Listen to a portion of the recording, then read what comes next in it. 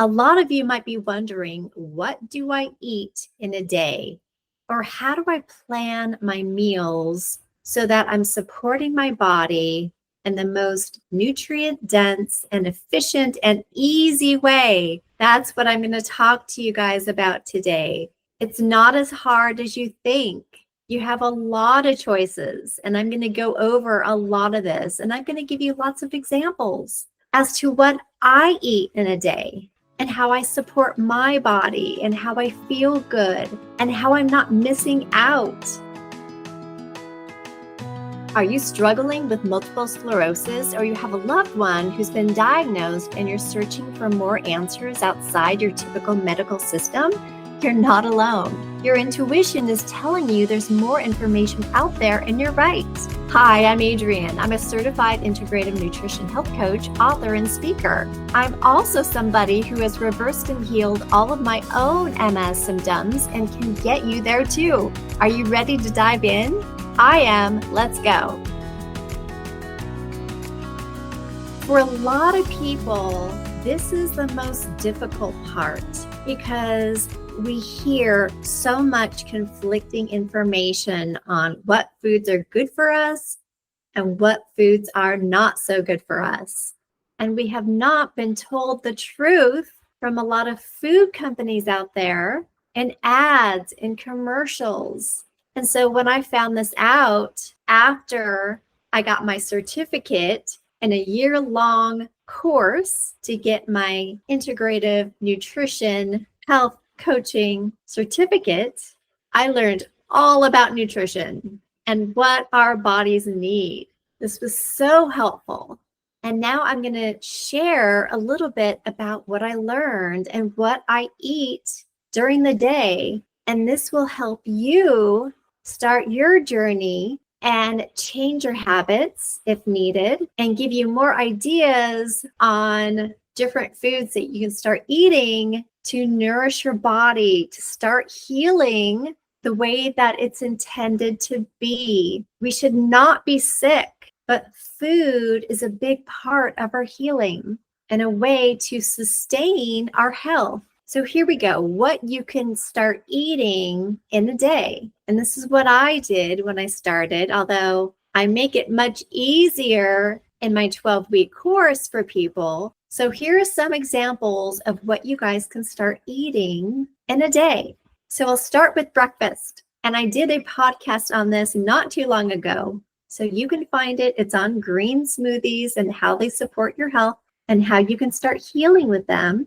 But as you're healing, I suggest that you make green smoothies every morning, at least 5 days a week, because they are loaded with nutrients and they will help you start healing. Dark greens have so many nutrients in them: vitamin B, A, C, K, E, and calcium. These are all things our bodies need so it functions correctly. The other thing I put in my green smoothies is sometimes I'll put half a banana, or I always put berries, about a quarter or a third of a cup of berries. Doesn't matter what kind: blueberries, blackberries, raspberries. If you can buy them frozen and organic, the smoothie will taste better. And they're so delicious. And then I add really good protein powder, the kind that does not have extra sugars, and that kind that gives you a boost of other nutrients.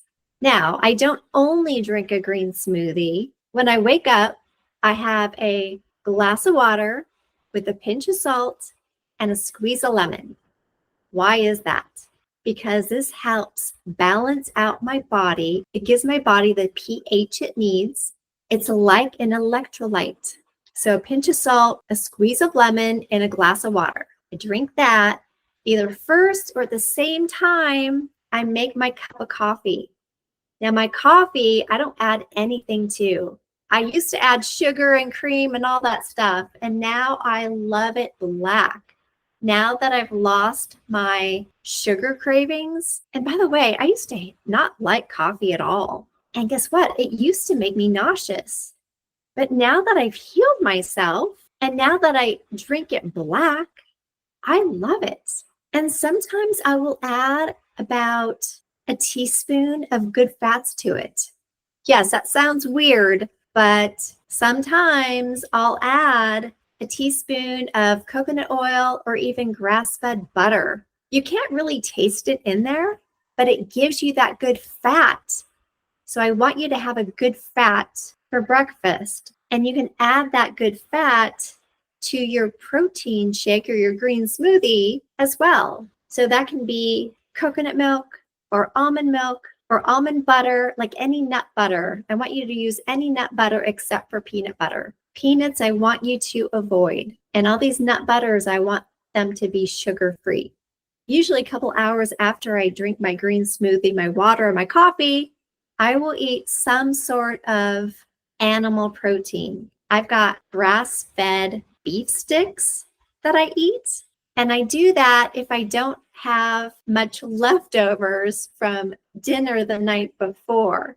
Or sometimes I'll take a spoonful of almond butter and a half a banana, and that will fill me up. But I try to get animal protein in my breakfast routine. And many times it can be a hard-boiled egg or a fried egg or a couple of eggs. Okay, so that's a really simple breakfast. And I want you to start thinking of breakfast that's not as traditional as what you think. I do not want you to eat a bowl of cereal. I don't want you to drink any milk. I don't want you to drink a glass of orange juice, because drinking a glass of orange juice is like drinking a glass of sugar. Milk is off the table if you want to start healing, because regular cow's milk is inflammatory. I did a podcast on dairy, and you can listen to that. So I hope that helps you with breakfast. Now, if you have good leftovers, sometimes I'll have animal protein for leftovers from the night before. So for instance, last night we made chicken sausage, and it had added broccoli to it with sun-dried tomatoes. Now, it would have been really good if I added onion and garlic to it. That would have been delicious. But that's all I had time for last night. So this is going to be my lunch today. So when I make dinner, I always make sure I make more of it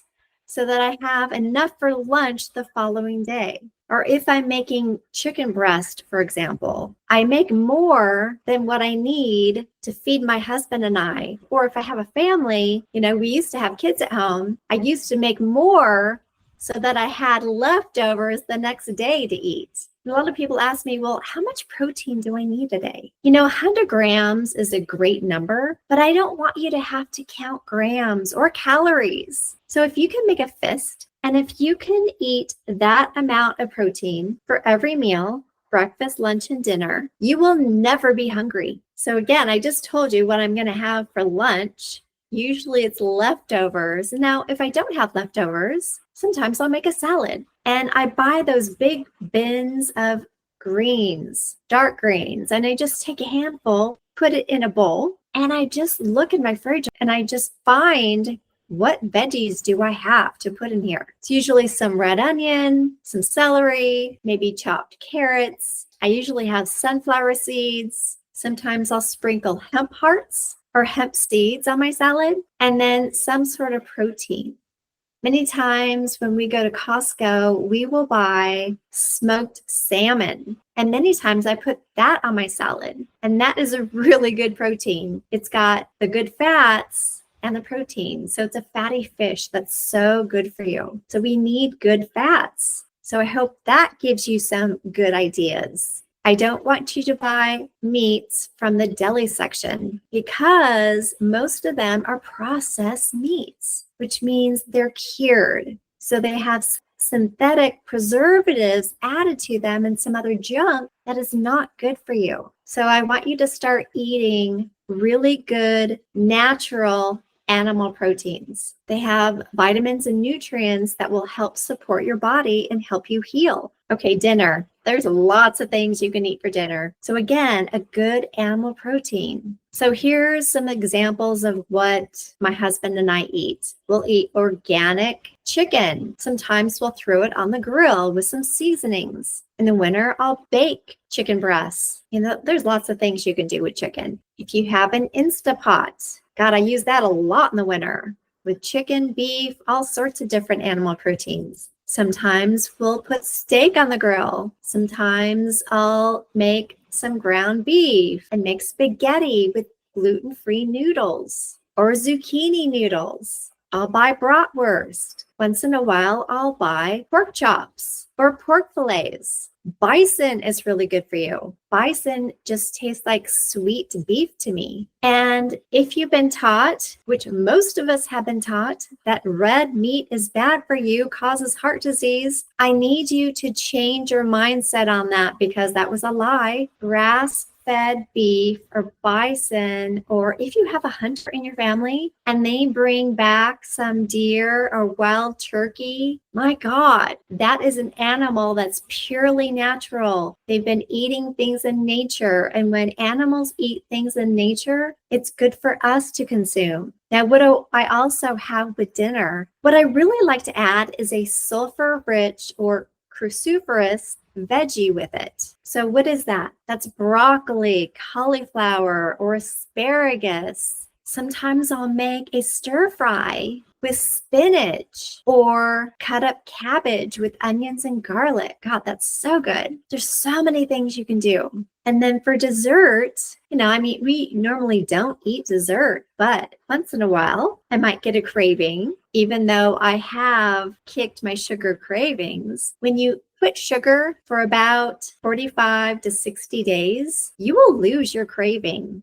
Your taste buds change. But what I do like to do once in a while is I like dark chocolate. Dark chocolate, that's at least 70% chocolate, will support your body. I know it has a little bit of sugar in it, but that's okay. You could make some chia seed pudding. I've got recipes on my website. Go to nourishyourway.com, look at desserts. There's all sorts of things you can make, but chia seed pudding is so good. You make that with almond milk or coconut milk. You can make a chocolate shake. You can make a shake with maybe half a banana with cacao powder and honey. God, that's a great dessert. You can also just eat some dates or raisins if you have like a little bit of a sweet tooth that you want to take care of after dinner. Dried fruit is a really good substitute if you don't eat too much. So I hope that helps you. If you still want more recipes, go to my website, nourishyourway.com. I've got tons of recipes on there. I've got a cookbook you can order if you want on Amazon. And my 12-week program, gosh, I have a ton of recipes there. And I've got tons of substitutes that are gluten-free and dairy-free and don't use any seed oils. They have good fats and good proteins. And these are delicious recipes. When I have people go through my 12-week program, it's a small change. I have people start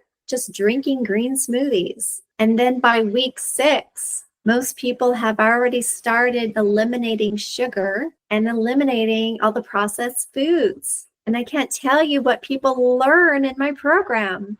And it's so fun. When people start, they don't know what to expect. And then when they get into it, they're surprised how much they learn about nutrition and a healthy lifestyle, what that looks like. And then they start making their own recipes. So by the end of 12 weeks, they know how to heal and support their health. And if they are not 100% better, they are most of the way there. And some of them still would like my support after my program, and that's fine. I offer a coaching bundle if they still want to hear from me once every couple of weeks. But you can turn your health around. We've been suppressed to thinking that we cannot heal with MS, and we can. It's part of your belief system. You can, and I'm so excited to help you on your journey.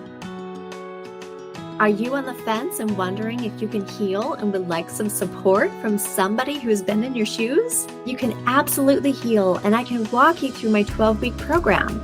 Change is hard, but I've made it much easier to modify your dietary habits and other lifestyle changes like body movement, emotional health, and self-care. I'm with you all the way, so just hop onto my website, nourishyourway.com, and navigate to the Work With Me page. You can either sign up there or apply for a 30-minute free call with me if you have any questions. Taking action is the first step, and I'm behind you. Also, if you like this podcast, please share it to somebody else who might be struggling. I'm so happy to be a guiding light for you, and I'll be back in a few days.